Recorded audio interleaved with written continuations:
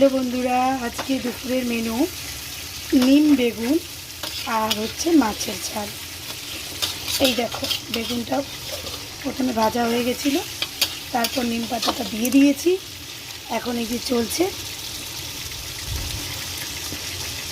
নিম বেগুনের পর্ব।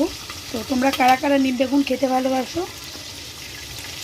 কমেন্টে কিন্তু জানিও। আর সত্যি কথা বলতে গরমে যত তেতো খাবে তত বেশি ভালো।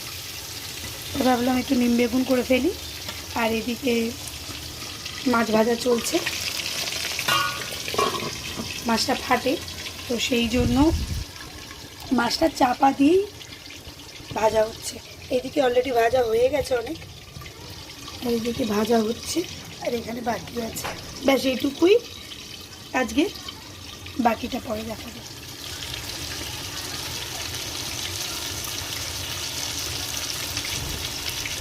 এই হলো নিম বেগুন কমপ্লিট। ব্যাস